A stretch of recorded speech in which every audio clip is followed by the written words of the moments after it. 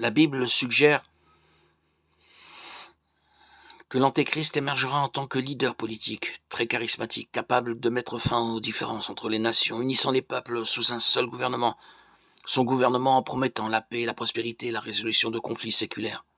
Cet individu attirerait non seulement des milliards de disciples et éloignerait beaucoup de la présence de Dieu, mais ils accompliraient également la prophétie de Daniel, chapitre 9, verset 27, qui révèle comment l'Antéchrist se présentera au monde. Et ce n'est pas toute la théorie du leader politique qui s'aligne sur une autre prophétie de Daniel, que nous pouvons trouver dans le chapitre 7 du livre qui porte le nom du prophète. Je vais lire ce passage avec vous pour que nous puissions le comprendre plus en détail. Voyez ce qui est écrit.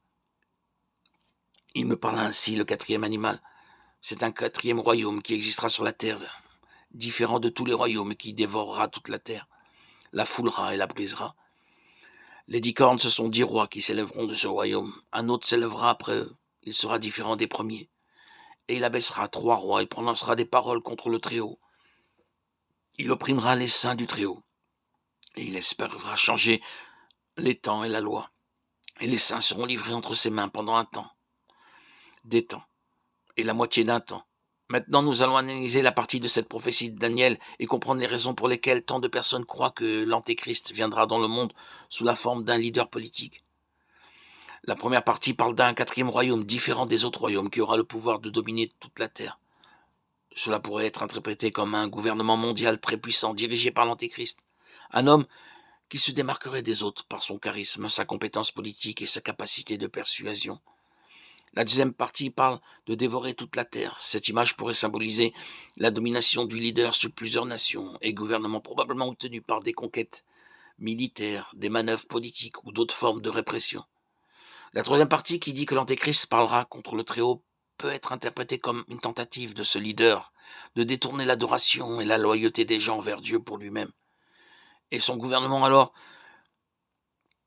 Et la quatrième partie traite de l'oppression des saints de Dieu et de la tentative de changer les temps et la loi.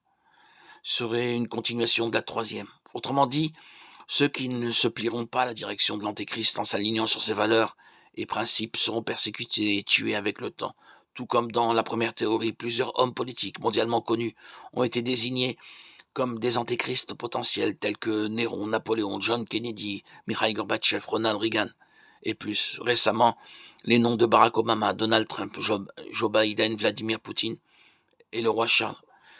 Ils ont émergé. Si nous examinons les Écritures, nous verrons que l'Antéchrist aura toutes les caractéristiques mentionnées par cette théorie. Cependant, il n'y a aucune ligne dans la Bible qui affirme ou garantit que l'Antéchrist sera un leader politique, utilisant son influence pour dominer le monde.